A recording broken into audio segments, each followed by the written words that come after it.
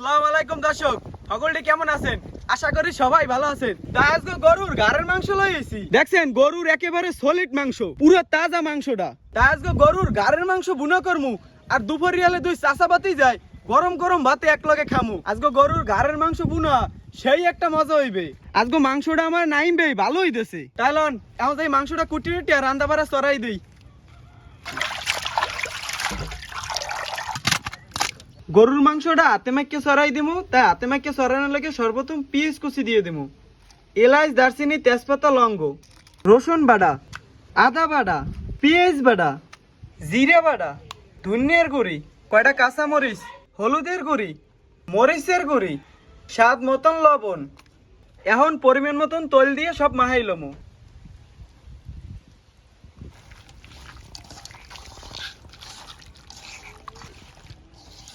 মাংসটা মাইকে 15 মিনিটের মতন রাখা হয়ে গেছে। এখন চড়াই দিমু।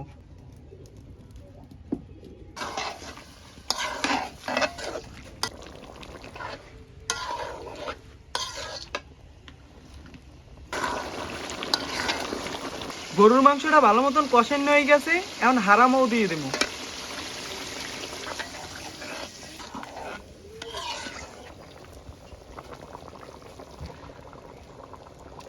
গরুর ঘাড়ের মাংস ভুনো করা হয়ে গেছে।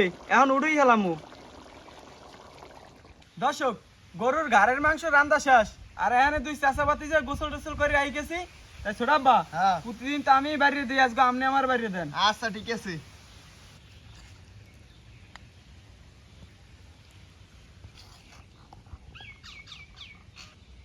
ছোট আব্বা, হ্যাঁ। তাই বিসমিল্লাহ করে খাইয়ে দেন যে কেমন হয়েছে। আচ্ছা ঠিক আছে, বিসমিল্লাহ। বিসমিল্লাহ।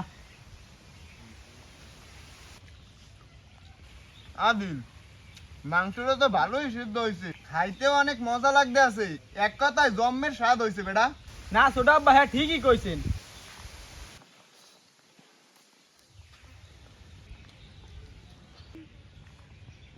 সত্যি আজকে গরুর মাংস রান্নাটা অনেক মজা হয়েছে। আদিল, মোর একটু মাংস দিদি। আচ্ছা লন।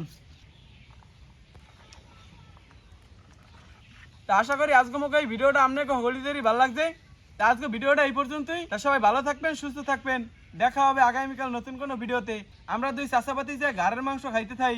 আল্লাহ হাফেজ।